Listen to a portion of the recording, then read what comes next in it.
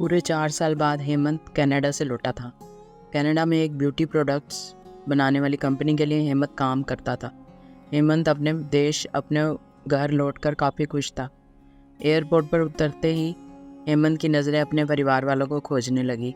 जल्दी ही उसे अपने माँ बाप, भाई भाभी, बड़ी बहन और खुद की 3 साल की बच्ची भी एयरपोर्ट पर खड़े नज़र आई। लेकिन उसकी नज़रें शोभा को खोज रही थी। वो सोचने लगा कि ये शोभा मुझे मिलने आई क्यों नहीं, और ऊपर से उसने हमारी छोटी सी बच्ची को भी यहाँ भेज दिया। अश्विन एयरपोर्ट पर सबसे हंसी खुशी मिला। फिर उसने शोभा के बारे में पूछा तो उसकी दीदी बोल पड़ी, भाई वो तो घर पर ही है, तुम्हारे लिए खाना तैयार कर रही है।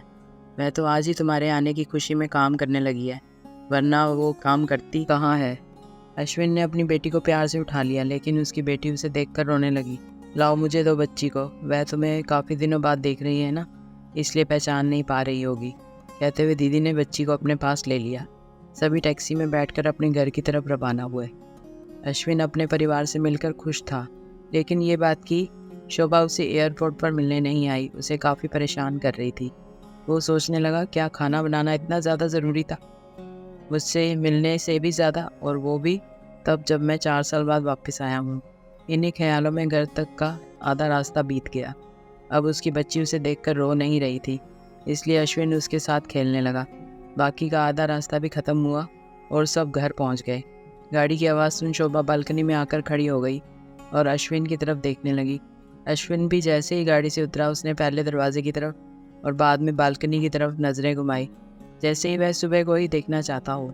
अश्विन से नज़रें मिलते ही शोभा के चेहरे पर मुस्कान झलक पड़ी। अश्विन भी उसे देखकर हल्के से मुस्कुरा दिया। सभी घर के अंदर गए। शोभा सबके लिए पानी लेकर आई और सभी को पानी देने के बाद फिर से किचन में चली गई चाय बनाने के लिए। थोड़ी देर तक सभी परिवार वालों से बातें करने के बाद अश्विन शोभा को बुलाने लगा। माँ ने उसे बीच में ही टोकते हुए कहा, रहने दो उसे किचन में, थोड़ा काम कर लेने दो, बाद में अपने आप आ जाएगी।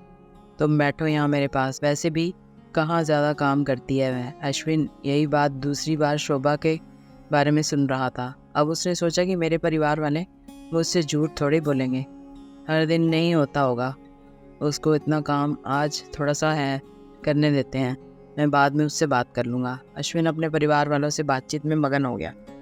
एक के बाद एक रिश्तेदार और पड़ोसी अश्विन को मिलने आते रहे और शोभा को किचन से बाहर निकलने का समय ही नहीं मिला। सभी के लिए चाय बनाना, नाश्ता बनाना, यही करते करते शाम हो गई।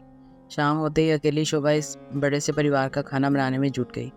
2 घंटे बाद सभी परिवार वाले खाना खाने के लिए डाइनिंग टेबल पर बैठे थे, सिवा शोभा के। अश्विन चाहता था कि शोभा भी उसके साथ बैठकर खाना खाए, लेकिन फिर माँ ने कहा, अगर वह भी खाना खाने बैठ जाएगी तो सबको परोसेगा कौन।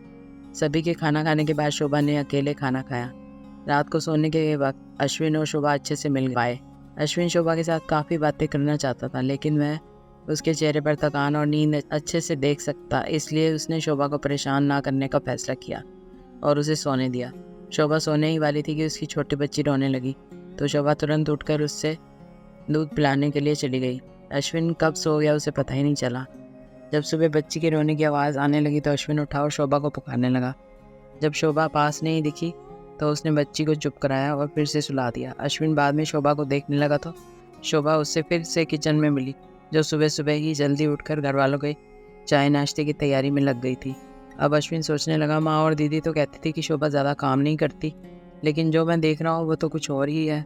अश्विन अब सब समझ गया था, पर वो अपनी माँ को ऐसे नहीं बोल सकता था कि शोभा से ज़्यादा काम ना कराया करो, इसलिए अब उसने खुद ही शोभा की मदद करना शुरू कर दिया था। अश्विन के हाथ बटाने से शोभा को थोड़ा अच्छा लगने लगा था। पहले जहाँ उसका चेहरा थकान से उतरा रहता था, अब उस पर थोड़ी थोड़ी चमक आने लगी थी। अश्विन ने कुछ दिनों में ही ये महसूस कर लिया था कि शोभा अब वो शोभा नहीं रही थी जिसे अश्विन शादी करके लाया था। वो तो कोई और थी, जो तोते की तरह बोलती थी, और ये शोभा तो बिल्कुल चुप है, गुमसुम है। ऐसा लगता है जैसे किसी के दबाव में हो, किसी डर की वजह से सहमी हुई हो। अश्विन शोभा को उसके काम में और ज़्यादा मदद करने लगा। अश्विन का ऐसा व्यवहार अब घर वालों को खटकने लगा। घर के सभी बड़ों और उसकी दीदी ने मिलकर अश्विन को समझाया, तुम अपनी बीवी की मदद करते हो, उससे हमें कोई एतराज़ नहीं है, लेकिन तुम्हें भी एक हद तक ही ऐसा करना चाहिए। जब तक कोई तुम्हें ऐसा करता ना देख रहा हो तब तक सब ठीक है, लेकिन जब कोई तुम्हें बीवी के होते हुए बर्तन धोते देखे तो वे अच्छा थोड़ी लगता है। और सोचो, आगे चलकर शोभा को तुम्हारे हेल्प की आदत पड़ गई तो तुम्हारा अपना काम में ध्यान लगाना मुश्किल हो जाएगा। अश्विन हमेशा से ही अपने परिवार वालों की बात मानता आया था। जिस तरह से सबने अश्विन को समझाया था, अश्विन भी उनकी बातों में आ गया। अब अश्विन शोभा की मदद करने से कतराता था।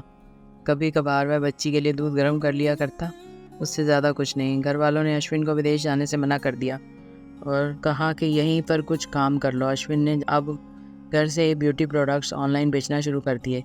उसका परिवार भी बढ़ गया। अब उसे 2 बेटियां और 1 बेटा था। दोनों बेटियां स्कूल जाने लगी थी, लेकिन बेटा अभी भी छोटा था। जितना अश्विन कमाता था उतना सबके लिए काफ़ी ना था। काफ़ी सोच विचार करने के बाद अश्विन ने फैसला किया कि वह अब शोभा के साथ शहर में जाकर रहेगा, जहाँ पर शोभा भी काम कर पाएगी और वह घर से ही अपने ब्यूटी प्रोडक्ट्स बेचना शुरू रखेगा। इस तरह से वे अपने पैसों की तंगी को पूरा करेंगे। परिवार वालों ने भी अश्विन को इजाज़त दे दी। अश्विन चाहता था कि माँ भी उसके साथ रहे, लेकिन माँ को शहर में आना मंजूर ना था। माँ बड़े भाई के साथ रहने लगी। शहर में अब शोभा नौकरी करती और अश्विन घर में ही ऑनलाइन अपने प्रोडक्ट्स बेचता। कई साल ऐसे ही बीत गए। शोभा घर का काम और बाद में बाहर का काम करके पहले से भी ज़्यादा थकी थकी रहने लगी। परिवार वालों की अश्विन के दिमाग में डाली बातें अभी भी उस पर असर करती थी। वह यहाँ पर भी शोभा का हाथ ना बटाया करता। अश्विन अब दिन रात अपने प्रोडक्ट बेचने में ही मशरूफ़ रहता। कभी कभी शोभा उससे कहती कि मुझे अच्छा नहीं महसूस हो रहा है, मुझे डॉक्टर के पास ले चलो। वो हाँ कह देता, लेकिन अपने काम में इतना खो जाता कि कभी उसको डॉक्टर के पास ले ही नहीं जाता। शोभा तो बीमार थी, लेकिन एक बार अश्विन बहुत ज़्यादा बीमार हो गया। इतना बीमार हो गया कि उसे अस्पताल में भर्ती करवाना पड़ा। अस्पताल में अश्विन के पास सिर्फ शोभा थी और कोई नहीं। इतना बीमार होने के बाद भी उसके परिवार वाले सिर्फ उससे मिलकर वापस अपने घर चले गए थे। उसका सहारा बनने के लिए, उसकी तकलीफ़ बांटने के लिए कोई भी उनके साथ नहीं था।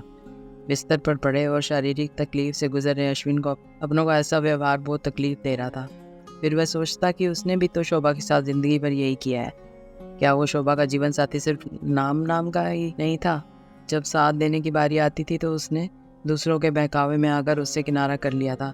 यहाँ तक कि शोभा को खुद अपने मुंह से कहने के बाद भी उसकी तकलीफ़ को वो नज़रअंदाज करता आया था।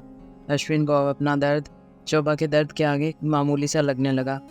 उसके दर्द को ना बांटकर उसने बहुत बड़ा गुनाह किया हो, ऐसा उसे लगने लगा। पश्चाताप के आंसू अश्विन की आंखों से बहने लगे। उसने अपनी सारी गलतियों और गुनाहों के लिए शोभा से माफ़ी मांगी। जीवन साथी का मतलब होता है जीवन के हर उतार चढ़ाव में, जीवन के हर मोड़ में जो साथ दे।